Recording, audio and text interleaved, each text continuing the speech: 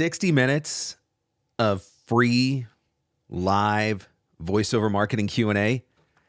Yes, please. Welcome to Free Advice Friday. Looking forward to hanging out with you guys for the next hour.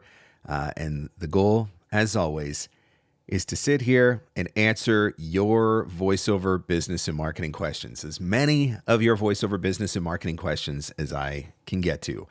So thank you for watching as always, and looking forward to hanging out, spending some time, and finding out what you guys are thinking about, struggling with, dealing with, trying to get sorted out, solving some problems that will hopefully help you to grow in your voiceover business. I would like to point out, in case you didn't already notice, the new SM7B.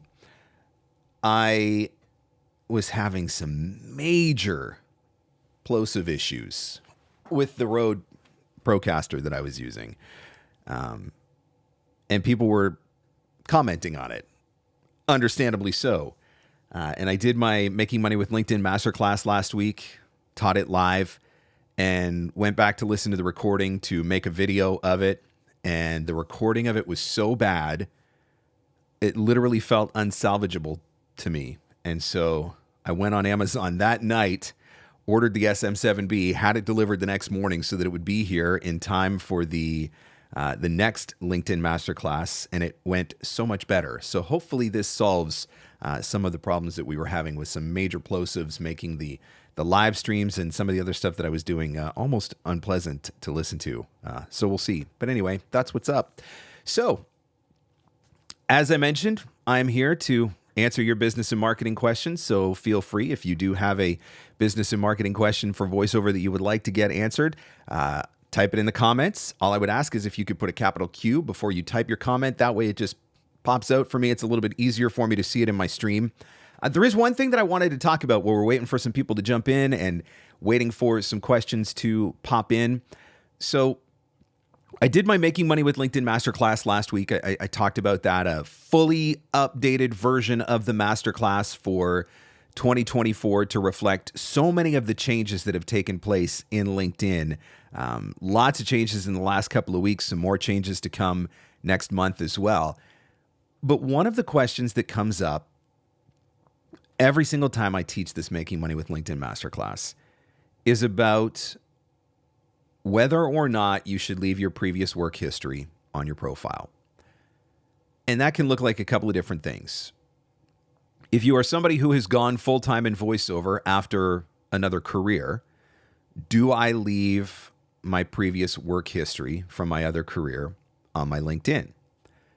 The other way that goes is maybe you're working part-time in voiceover while you are working a full-time day job while you're trying to get your voiceover business launched. And so again, the question becomes, should I be using my LinkedIn for voiceover, and should I remove my other job from my LinkedIn so that people don't think that I'm trying to do too many things? My answer to that question every time is you should leave all of your work history. I don't think that it is something that is going to be a negative on your voiceover career. In fact, I believe quite the opposite. I believe that it can actually be a real positive for your voiceover career. So while I'm waiting for you guys to ask some questions, let me ask you a question. What is your past life? And please answer this in the comments. So if you are full-time voiceover now, what did you do in the past? Or if you are part-time voiceover now with a day job, what is your day job? I would love it if you would answer that question in the comments. What did you do in the past before you became voiceover full-time? Or what is your day job while you are working to grow your voiceover business? Would you do me a favor? Answer that question in the comments. I'm curious to see some of the responses, and then I'm going to demonstrate, hopefully, why I think that you should be leaving everything up on your profile. So go ahead and answer that question if you have the opportunity to do it, if you've got a minute. What was your past life? All right, Jody says SEO and internet marketing. SEO and internet marketing, what relevance could those possibly have to voiceover? Well, I don't know about you, but I have actually done e-learning courses, narrated e-learning courses in the past on both of those subjects, SEO and internet marketing. And so does your past life in SEO and internet marketing have relevance to your voiceover business today? Absolutely it does, because of the fact that that makes you a subject matter expert. So when you see those opportunities coming up on castings, or you see them coming up through direct clients that you're reaching out to, that gives you a unique value proposition. You've got something that you bring to the table that other voice actors don't bring to the table. Your expertise in SEO and internet marketing sets you apart. That's going to help you to connect with the script in a different way. That's going to help you to deliver the content in a more effective way, but it's also giving you a network that you can leverage, because chances are the people that you are connected with in those spaces, somewhere along the line, somebody is involved in either marketing for some of these companies, which would be forward-facing content, or they are involved in training, HR, e-learning, which would be obviously employee-facing and internal content. So having that information on your profile, even though you're a voice actor now, absolutely has relevance. You never know how these things are going to tie in. And so Diana Birdsall says, past life, creative director at Time Warner. Well, your unique value proposition is that you know what it's like to be on the other side of the glass. You know what it's like. You understand the process of bringing a commercial to life, going through that entire journey from conceptualizing to storyboarding and all of that. And so one of the things that you probably bring to the table is a level of patience that other voice actors don't, because when we get an audition and we submit that audition, if we don't get booked for the job within 15 minutes, we already start to panic. Why aren't they hiring me? What's taking so long? Well, creative, particularly in broadcast commercial, that could take months for that to come together. And so you understand that. You know what it's like to work with these people. You know how to speak their language. And so that is part of your unique value proposition when you're marketing in those areas, is that background and experience that you have. Dean says, currently radio imaging producer and voice. And so that gives you a unique value proposition when you're marketing yourself to some of these radio stations.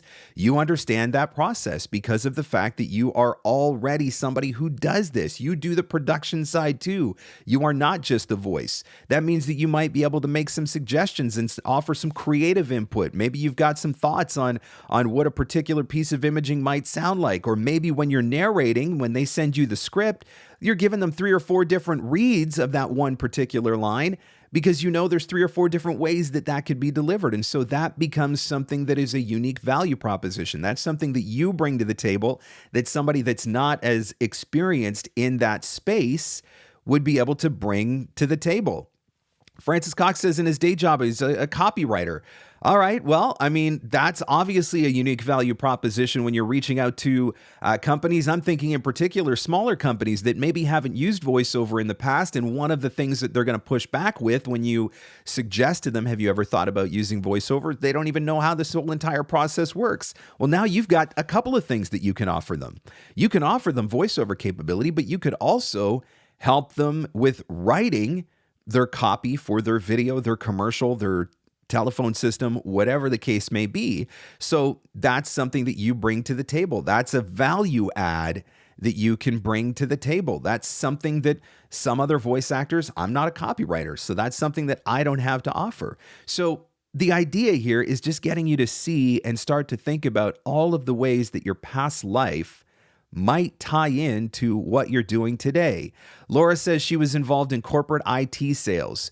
The amount of content, both video content forward-facing for YouTube or company websites, and internal content, sales training and things of that nature that takes place in IT is unbelievable. And that is an industry that is only going to continue to grow and grow and grow. I don't know if you guys have heard about this there's this thing going on right now. It's called AI. Maybe you're familiar with it.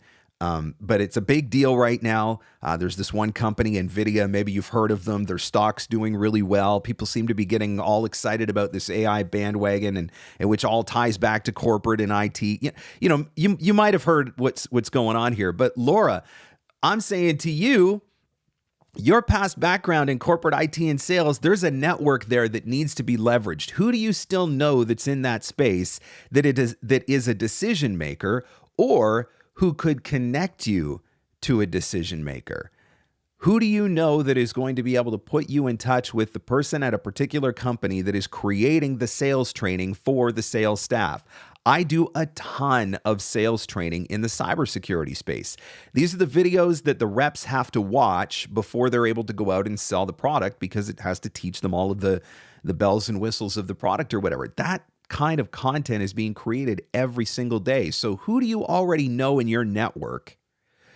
Or at the very least, we play the game 6 Degrees of Kevin Bacon, if you're familiar with it, but maybe it's not one of your direct contacts in your network, but maybe one of your direct contacts in your network connects you to one of their contacts. But now you've got a warm lead because you've got an in. So now there's two things that you've got going for you. First and foremost, you've got to leverage that network. All of those people from your past that you know that may still be in that space, that are working in that space, that they know somebody, or they are the person that makes those decisions. And so you've got that going in your favor.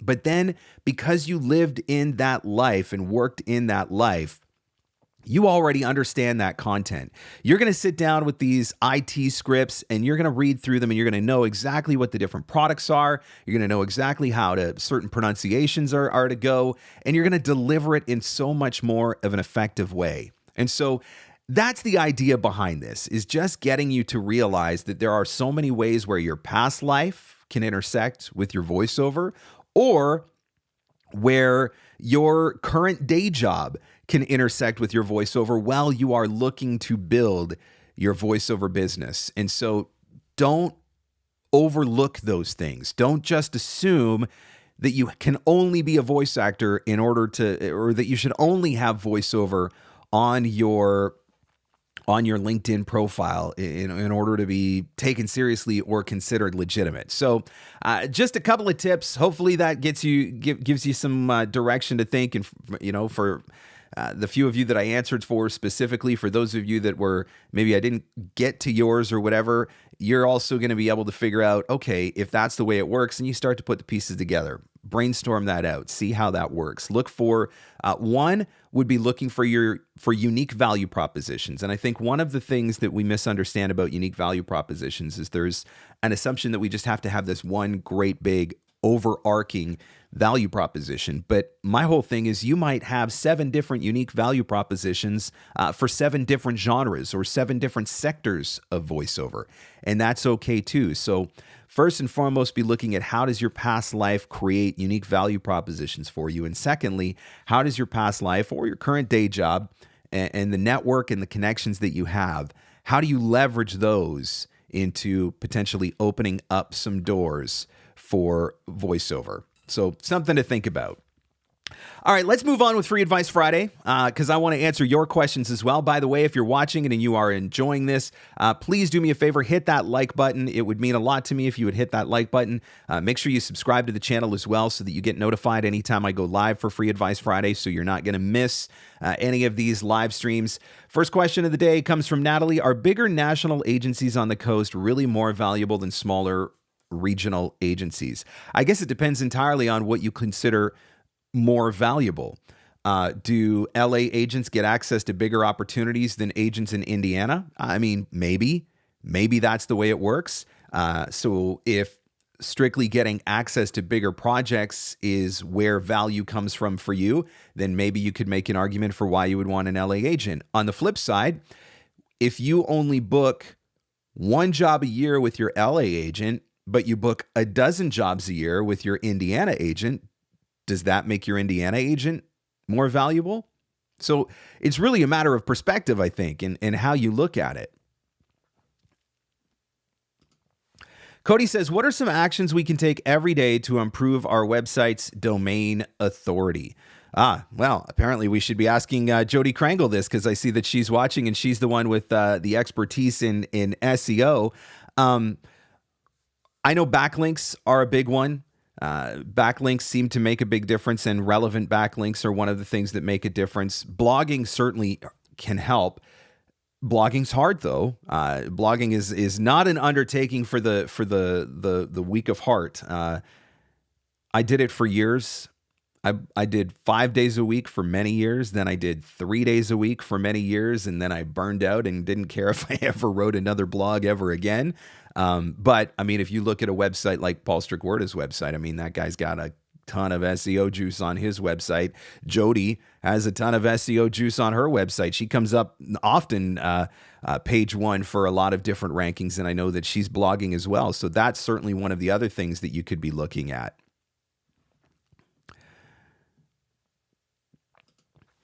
Ali says, I've just started nailing down a niche, funnily enough. Got my specific webpage and targeting companies also in that niche. And you can take that as far as you want. And that's the beauty of this. So when you find a niche that works for you, you could build out an entirely different section of your website, a landing page strictly targeted to that niche. You could have demos that are specifically targeted to that niche, testimonials that come from people that are inside of that niche. You write all of your copy and your service offerings from the perspective of that niche, and it gives you a really unique way to market. So when you are marketing in that niche, rather than sending them to markscottvoiceover.com, I might send them to markscottvoiceover.com/eLearning. And when they land on that e-learning page, it's only going to give them information relevant to people that are in the e-learning space. Can they easily get back to the other parts of my website, connect all the dots of all of the other things that I'm capable of doing? Absolutely. But there's certainly some very specific targeted marketing opportunities that pop up when you're able to come up with some of those niches for yourself. Bobby says, what top 3 things would you focus on at VO Atlanta or other conferences from a marketing perspective? Okay, Bobby, I want to clarify this question. As a voice actor, I do not go to a conference like VO Atlanta to market myself as a voice actor. Are there potential opportunities from referrals? Of course there are.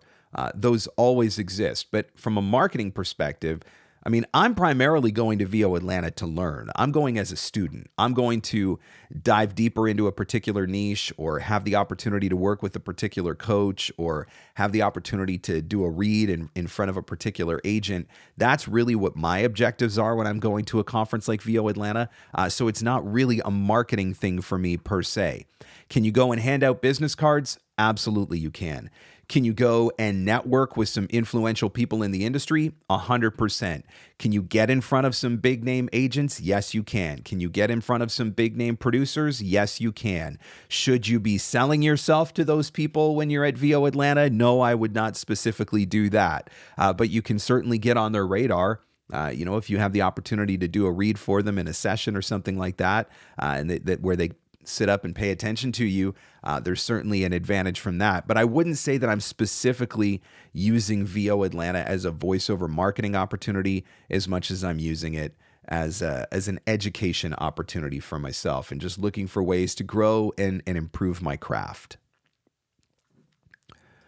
All right, Norin says, a big U.S. agency approached and they offered that I join their roster and invited me for a meeting. What should I expect to be discussed and what points should I take care that they are covered? So if you are having the opportunity to have a conversation with an agency like that, that's always a positive thing. My guess is that they're probably just looking to get a better understanding of you and how you work and what your process is and all of that sort of stuff. Questions that you might want to ask that agency, you could be asking about, are there any expectations from a studio standpoint? Do I have to have Source Connect or IPDTL or things of that nature? You could certainly talk about what the commission structure is and make sure that you've got a clear understanding of commission structure. You could talk to them about rates. I think that's another important thing to have a clear understanding of. Are they using the GVAA as a rate guide, or are they using union standards as a rate guide? Things of that nature.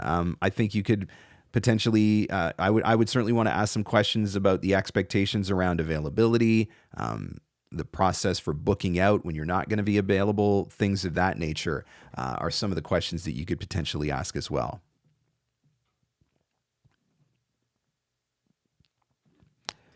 TJ says, dropping in late, landing on the tail end of what sounds like something I needed to hear, past life and UVP. Yes. And for those of you, by the way, if you're jumping in late, you do have the ability to go back afterwards and rewatch any part of this video. And when the live session ends at 2 o'clock, I'll add some chapter markers into this as well to make it easier for you to go back and find some of those different sections. But certainly if you want to revisit the earlier part of this and hear that UVP part, that's an option that is available to you if you want to go back and catch the replay. Do most voiceovers have an easier time booking more often with regional agencies rather than their big national agents? I don't know that there's a right answer to that question. I think some voice actors only have coastal representation. They maybe only have an agent in New York, or they maybe only have an agent in LA. And so it's an apples to oranges comparison. I think you have to look at where you're at, where your skill set is at, what you bring to the table, and then you have to figure out what works for you. And I think I will say that a lot of people make the assumption that the be-all end-all is an LA agent. If I'm going to be legitimate in voiceover, I've got to have an LA agent. If your end objective is to do narration, animation for Disney, and that's all you want to do, you don't care about anything else in your entire life, and that's your end goal to work towards that, okay, yeah, you're probably going to need an LA agent. If your end goal is to just be a consistently working voice actor, get some opportunities or get access to some really great opportunities, get access to some nationals, get access to some good regionals, you can do just as well for yourself and for your career with a regional agent or with a collection of regional agents that are strategically placed around the United States. And so I would say my best advice there is to avoid the comparison trap. Stop looking what every other voice actor is doing. Look at you. Look at what's realistic for you. Look at what's realistic for your situation. Look at what your personal goals are. Again, forgetting what every other voice actor is out there doing. What do you want to accomplish in your business? And you build the career that allows you to get there in whatever way that happens to take shape. Dean says, how do I get an agent? I voice for 4 radio stations, 1 brand format. What are the best agents to start asking who will take me seriously? So one of the things that I would suggest, actually here, let me pull up a website. We're going to come over here.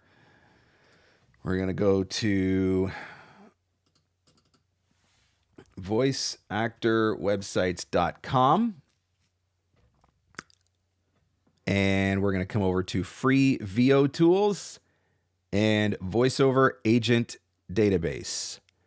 This right here is going to be your friend. This is a very extensive database, in case you didn't happen to notice, as we apparently scroll forever all the way down to the bottom. There we go. This is an incredible resource that was put together by Joe and Karen at Voice Actor Websites, and this is going to be your friend because it is going to give you a list of all of the agencies, how to find them, how to contact them. So I think that's a really good place to start, using that as your guide. I think that once you start using that as your guide, so I do think that it is easiest for voice actors to start at least on a regional level first. Start looking for agents in your region. Now, that does not specifically mean your state specifically. It could, because there might very well be agents within your state. But draw a circle on the map around your state and the next couple closest states to you, and look in those areas, and that would be considered a regional agency.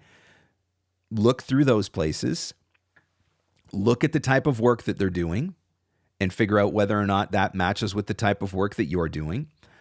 I would also say look at the roster and try to figure out, do they already have 75 of you, or do they not have anybody like you? Because that's one of the other big things. And that's a big thing for you and a big thing for them. I don't necessarily want to go on a roster where they've already got 75 people that sound just exactly like me, because obviously I'm not going to get the same kind of access to opportunities, or at least the competition level for those opportunities is going to be a lot higher.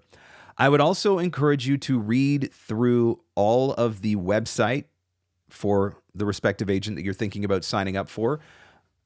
Some of them are going to give you very detailed instructions for how to submit to them. And those detailed instructions are usually there as a test to find out whether or not you can actually follow directions. So if you do not follow those directions, you may have shot yourself in the foot before you even have an opportunity to start. The other thing that you could potentially look for is, do you know anybody on that roster? If you are friends or colleagues with any of the voice actors that are on that roster, it would potentially be worth asking the question of one of those friends or colleagues, is there anything I should know about submitting to this agency? Because maybe they already know the insider information because they've already been there and done that. Most agents are going to want to hear your professional demos. Some of them are even going to ask you who produced your professional demos. A lot of agents are getting away from self-produced demos, and even if you are a legitimate producer, they may still want to know that you had a professionally produced demo and who it was produced by. So they're definitely going to be looking for that, and they're also looking for your bookability. Are you already making money? Most agents are not going to consider you, and again, I say most, I do not say all. There's always an exception to the rule, but most agents are not going to consider hiring you unless they see that you are already bookable, that you are already booking. So that is definitely something that you need to keep in mind as well. So those are a few tips that I can offer for the agent search. I would also remind everyone that's listening to this that agents are not the be-all, end-all. Agents are a tool in your toolbox. Agents are going to get you access to auditions that you are not going to get access to on your own. But if you have any kind of belief that once you sign with an agent, that's it, you're good, you're gold, I don't have to market myself anymore, I don't have to do anything anymore, the agent's just going to take care of me. If you come in with that assumption, that is going to come back and bite you in the butt. So be very, very careful of that. Last year, my agents represented approximately this much of my annual income. Now, I got no qualms about being signed with them. I still submit for everything that they send me. The stuff that I did book with them was stuff that I would not have been able to get otherwise, but it's not like I just got signed by agents and then that was it. I'm good. I don't have to do anything else anymore. Nope.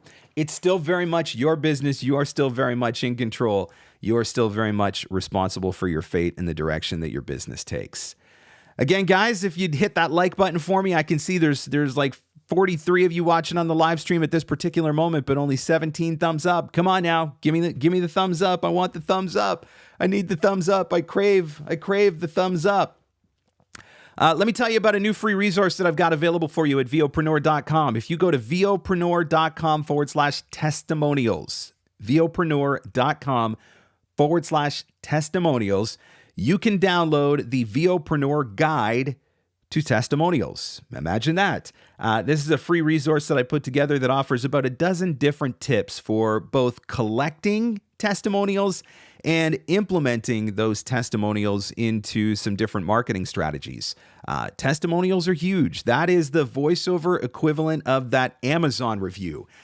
When I go on Amazon, I'm not buying something if the reviews are bad. If somebody's going to come and consider hiring you for voiceover, they're going to want to see some reviews. Those reviews are your testimonials. So grab that resource, download that, implement that into part of your marketing strategy. Make sure that you are collecting testimonials from your clients. Again, that's a free resource that you can grab at VOpreneur.com/testimonials. VOpreneur.com/testimonials. All right. I am certainly here to answer your questions. So if you do have questions that you would like to ask and get answered, this is your opportunity. Don't be shy. If you do have a question that you would like to ask, just type a Q beside it when you put it into the comments. That way it pops out a little bit easier on the screen for me to see, as there are a lot of comments happening right now. Ali says, if you look at conferences as a chance to learn and also build genuine relationships with people, it's much better and easier. Selling yourself is something no one wants. Having a nice conversation is. 100% agree with that. I think sometimes we get the wrong impression about some of these voiceover conferences, particularly if we've never been before. And hey, you don't know what you don't know. So that's why we learn. But by and large, I'm treating these places as educational opportunities. But I have grown my network of voice actors as well. Every once in a while, a client comes and asks for something and I can't deliver it. But I now have an extensive enough database of voice actors through, people that have coached with me or people that I've met at conferences, things of that nature, where I can say, okay, look, I'm not the right fit for this, but here are 5 people you might want to check out who might be able to do it. So, can you get opportunities? Sure. Is that the reason why you should be going? In my opinion, no. If you are looking to network for voiceover opportunities, then you do not want to go to voiceover conferences. Then you want to go where your buyers are at. If that's in the audiobook space, then you're looking for audiobook conferences. If that is in the e-learning space, you're looking for e-learning conferences. If that is in the broadcast television and documentary space, then you're looking for creative content conferences in the broadcast and documentary space. And so figuring out where your buyers are and what types of conferences your buyers are going to, those are the types of industry events that you want to go to for voiceover networking purposes, as in trying to get voiceover jobs and potentially opening up the door to some opportunities for you. And I think that is a really smart strategy as well. And it's one that we often don't think about.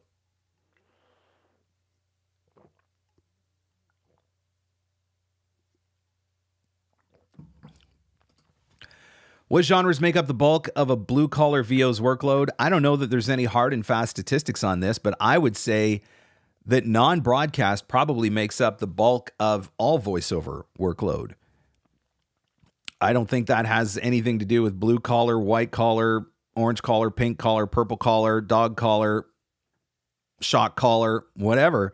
I just think that's where the bulk of the work is in the various and assorted forms of broadcast or non-broadcast. Explainers and e-learnings and corporates and all of that sort of stuff. I think that's probably where most VOs, that's the bread and butter. Those are the bread and butter genres. They're not the sexy genres, but they're the bread and butter genres. Are there voice actors that are out there that are crushing it in the commercial space and only the commercial space? Yes. Are there voice actors that are out there who own the promo space? Yes. Are there voice actors out there who don't do anything but animation? Yes. Do they represent the vast majority of voice actors? I don't think so. That's my opinion, for whatever it's worth, based on no actual scientific data. But I talk to a crap ton of voice actors every week. So that is my educated theorization based off of speaking to a crap ton of voice actors every week. What can you tell us about IMDb pages and how a VA can easily claim them or even get credited to have one created? I can't tell you anything. In all honesty, I know that's probably not the answer that you're looking for. I don't have an IMDb page. Have no reason to have an IMDb page just because I don't have any credits that are going to go on an IMDb page. So I'm not actually 100% sure how that process works because it's never something that I've had to look into. I know other voice actors who have done it. I know other voice actors who have those pages.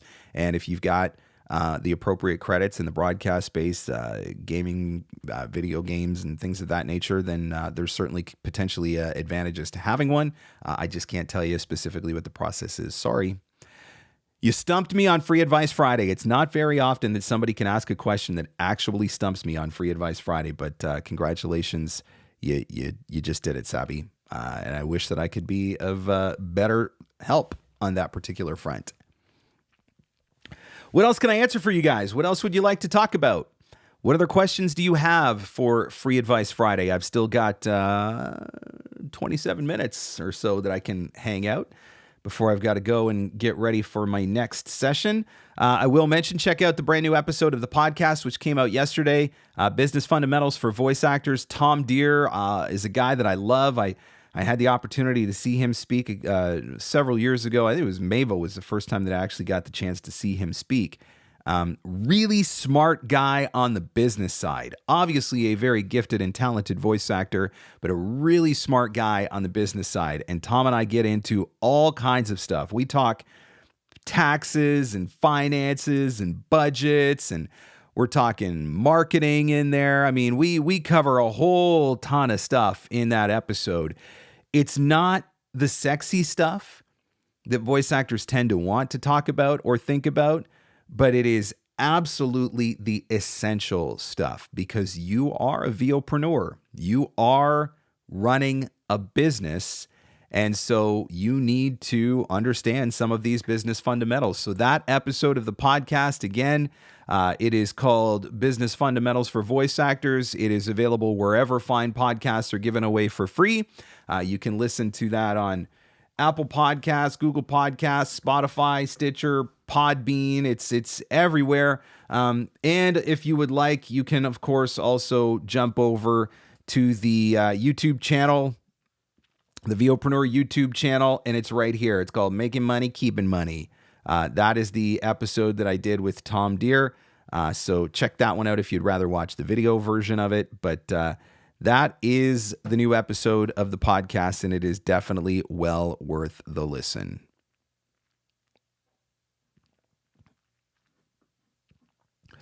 What genres are younger voices more suited for? I can't answer that question because it doesn't have age.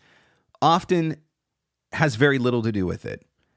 Your voice is what has, that's the differentiating factor. I remember probably about 2 years ago, I did a session with a guy who was getting started in his career, who had one of the deepest, richest, most beautiful bass voices that I had ever heard in my life. Like, if death and reincarnation were real, I would love to come back as a bass singer in a Southern gospel quartet. This guy had that voice, like J.D. Sumner. For those of you that don't know him, look him up on YouTube afterwards. But anyway, this guy's got just this insane, deep, crisp bass voice. He'd sent me some of his demos ahead of time. We jump on a Zoom call. I think he was maybe 17 or 18 years old. I would have thought he was 55, listening to how he sounded. We jump on this Zoom call. He's this skinny little beanpole of a kid, like 18 years old, with just the most ridiculous voice. His age was completely irrelevant. So I don't know that I would ever say that there are some genres that are suited more than others, because I think a lot of it depends on how you sound. On the opposite end of the spectrum, listen to Katie Lee. Listen to her voice. She could sound like a 6-year-old kid easily, naturally. And so it really does, I think, have more to do with your voice.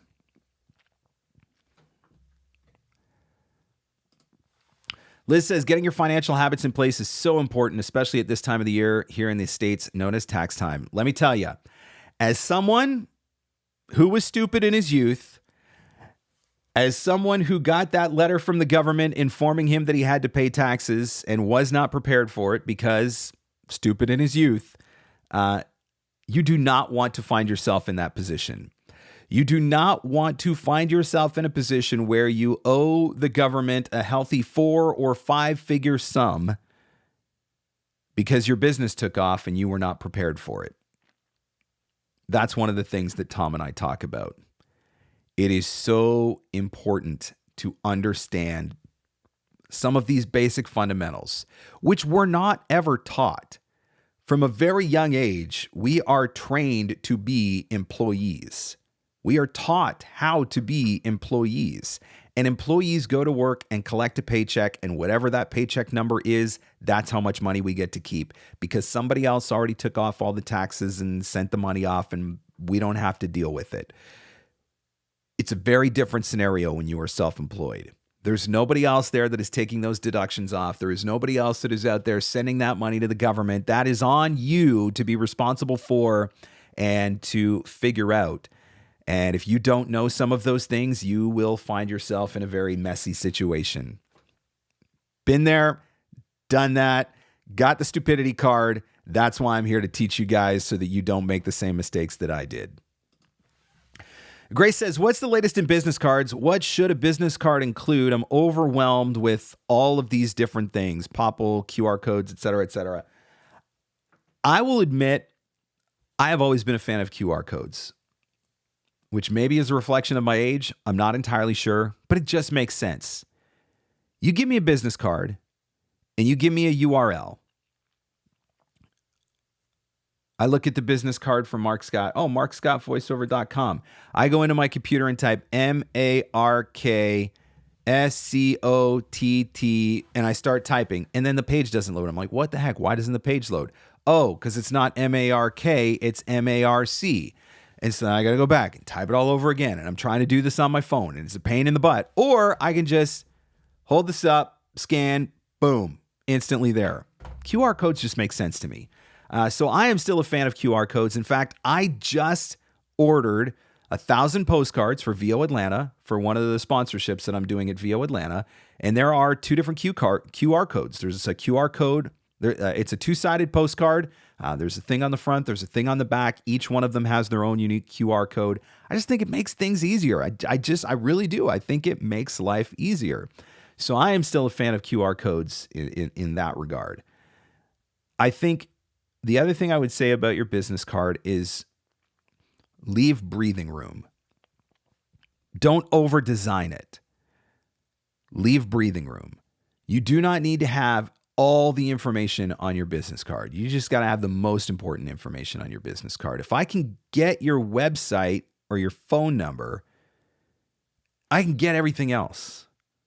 Once I go onto your website, I can find out everything else that I need to know about you. So I don't think you should overload it with information.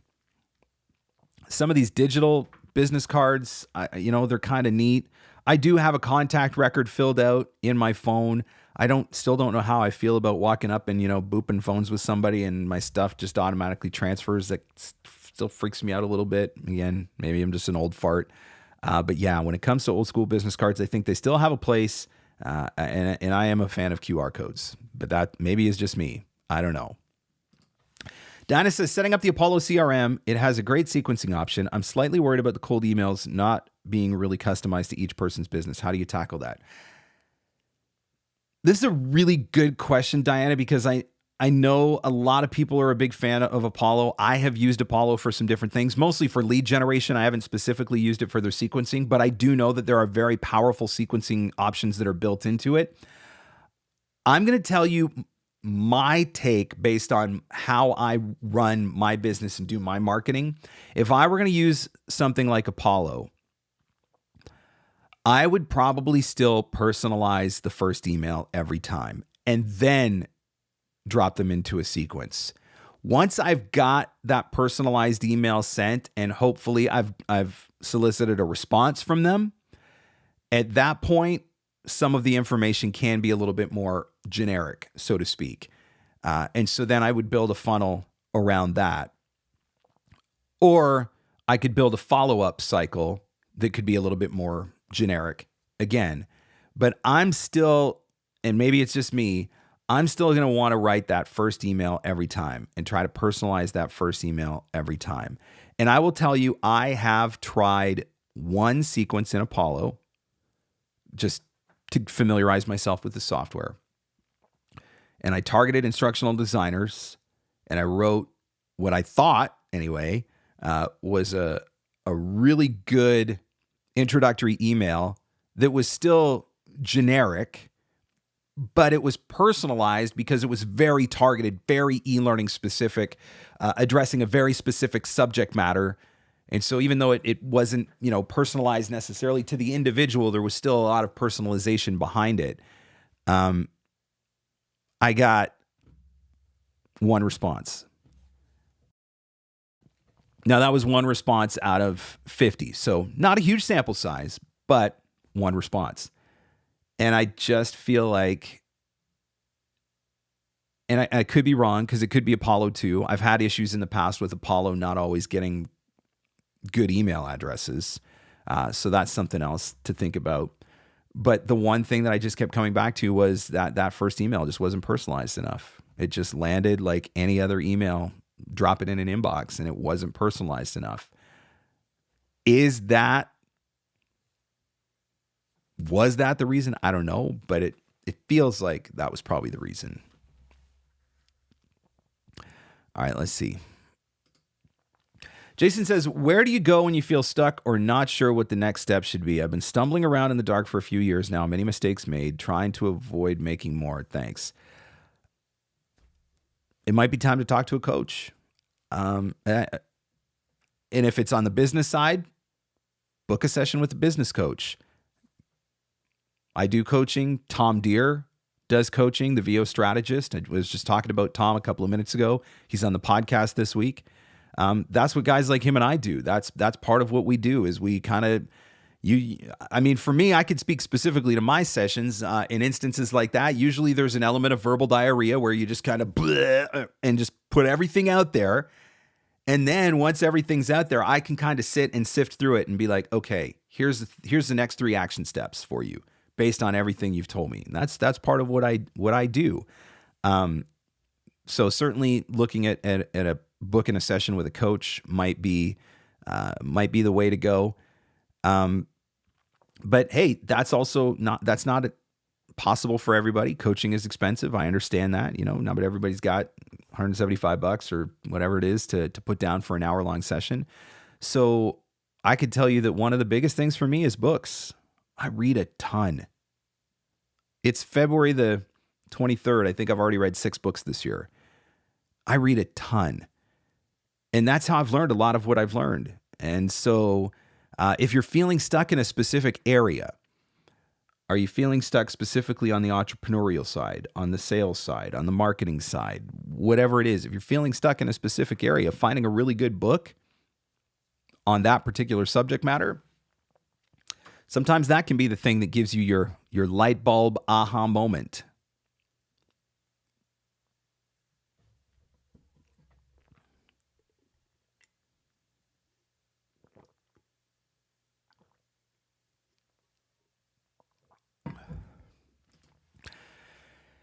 Is there a downside to adding your agent somewhere on your LinkedIn profile? I noticed some VOs have them under the experience section. I'm going to give you an argument for and an argument against, and I'm going to allow you to make your decision.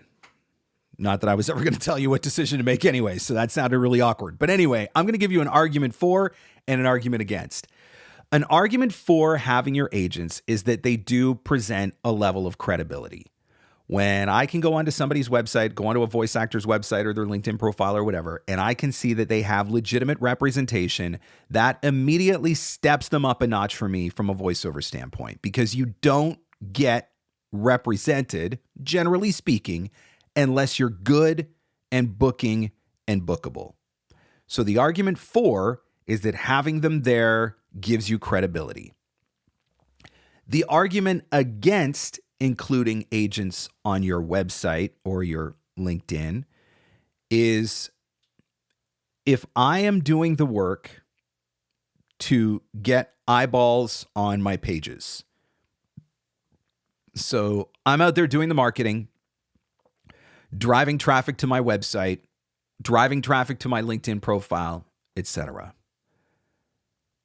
If I'm going to get a booking, I want that booking to be my booking. And I want that booking to come through me, because I'm the one that's put in the time, the effort, the energy. I've invested in LinkedIn or invested in my website or whatever. If my agent information is listed all over my website, there is a possibility that that person that is looking will assume that in order to book me, they have to go through my agent. And so now a job that I may have been able to potentially book on my own is going to come through my agent, and I'm going to lose 20% off the top.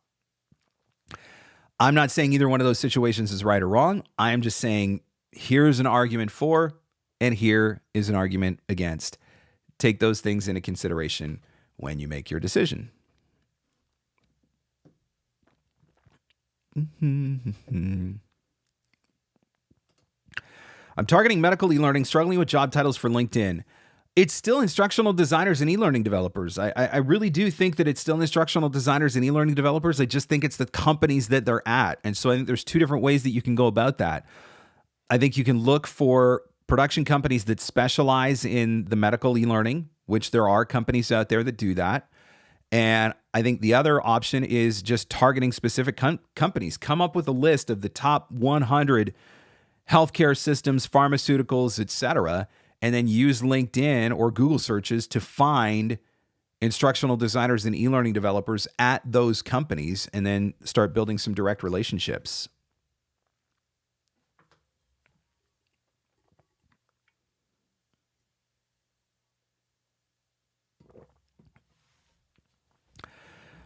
All right, what else?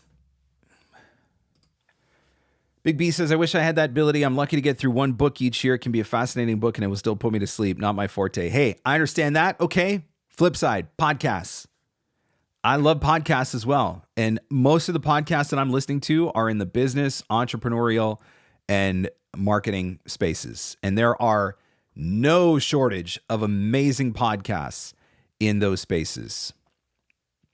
So that could be a potential workaround for that. What else you guys want to talk about? We've talked about LinkedIn a couple of times. Let me just remind you that I did do a full and complete overhaul of my Making Money with LinkedIn Masterclass. I taught it live last week, but the video recording is now available. So if you are interested in deep diving into LinkedIn and learning how to use it for your voiceover business, you might want to check it out. If you go to VOpreneur.com and click on the store button, you can just come right down there, and there it is. Making Money with LinkedIn. That will get you access to the brand new updated version of the course. For those of you that have previously purchased the class, you already get access to the updated videos. So log in, go watch it. Lots of changes on LinkedIn for 2024 already, and it's only February. So it is definitely worth going back and revisiting if you've previously purchased it. But if you haven't bought the course in the past and you really want to deep dive into LinkedIn, let me encourage you, go check it out. VOpreneur.com, click on the store button. All right, guys, give me a like. I still only see 30 likes. When there are less likes than there are viewers, it makes me think that there are some of you that are out there that don't like me, and it makes me so sad. Okay, that's not actually true, but the likes do help my YouTube channel, which I appreciate. So I would appreciate a like if you've enjoyed Free Advice Friday so far, if I've answered your question or you've picked up a helpful tip or piece of advice from it. I would certainly love it. Do you do daily affirmations? Susan Bernard says, what are your top 4 or 5? I am not a daily affirmation guy necessarily, but I will tell you that I've been using this full focus planner, which is Michael Hyatt. This is the planner that Michael Hyatt has come out with. This is the first year I've used it because I've always been a Clever Fox guy, but my wife bought this for me for Christmas. And so I was trying a new planner. This is just a sample page from the planner, but you can see up here, every day is a quote. And man, some of those quotes are really good. And so I've actually really enjoyed, that's been one of my favorite parts of getting into the planner every day, is just seeing what the quote is and collecting a little nugget from it. So for example, today's quote says, take chances. Mistakes are never a failure. They can be turned into wisdom. And that is a quote from Kat Cora. I like that. Take chances. Mistakes are never a failure. They can be turned into wisdom. So that's what I've been using this year, is the encouraging quotes from within my planner, which has been really cool. I'm reading a bunch as well. Do you have a list of books you really loved? Man, I have said for so many years, I am going to build a page on VOpreneur.com, and I'm just going to call that page Mark's Library. And then I'm going to be able to just direct everybody to that page because there are so many different books. But I'm going to tell you one of my favorite books. Actually, I read 2 of the 6 that I've read so far this year. 2 of my favorites. I'm going to put them in the chat here. So there's this one.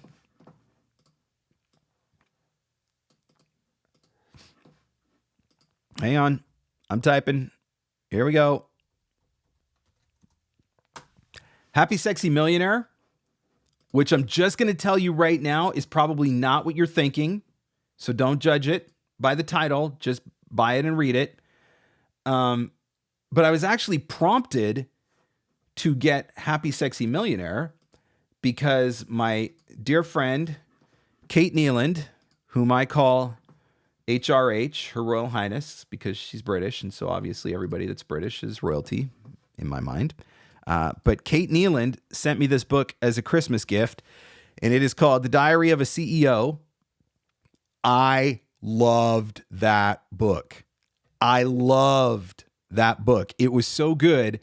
And I don't even think I was halfway through it when I went online because I found out that he had another book, which was the Happy Sexy Millionaire book. And so then I ended up ordering that one as well. And so now I've read both of them. And I will absolutely go back and read The Diary of a CEO again. It was so good. So good. So yeah, I definitely would encourage it. At the very least, I would encourage those two. I'll tell you another one that I got a ton out of that I really loved and is actually on my reread list for 24. Hang on, let me get it. I'm going to put it in the chat. And that is Atomic Habits.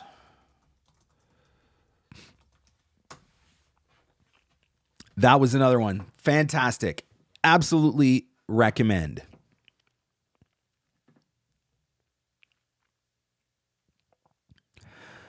All right. Big B says, is there a way to contact LinkedIn without logging in? I can't get their verification text in order to sign up. I've scoured their website. The options given are unhelpful, FAQs, etc. I don't believe that there is a way to do anything on LinkedIn without logging in. So I'm not sure if you're going to have to contact customer support directly if you're unable to get the verification texts. You might be able to change your method for getting verification if you're unable to receive texts.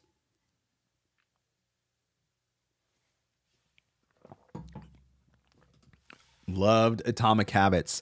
I've also actually listened to a couple of podcast interviews with that guy. James Clear is the author of that one. And so I actually searched him up on Apple Podcasts just to see if he had done any podcast interviews with anyone. And I had actually really enjoyed listening to some of those interviews as well. But it was definitely a good read. All right, guys. Thank you so much for watching. As always, I certainly do appreciate it. If you jumped in late, you want to be able to go back and revisit any of this. As soon as the live stream is done, I'm going to add chapter markers to all of the specific questions that were asked and answered. And so that will hopefully give you a little bit easier access to some of the specific things that we talked about. But the replay will be available immediately. So you can certainly go back and rewatch if you would like. I got time for one more question. If somebody has one, and if I missed your question, I absolutely apologize. I am not trying to miss questions, but there's been a lot of stuff popping up in the chat. But I've got time for one more question before we go. If somebody wants to ask one, feel free to type it in the comments.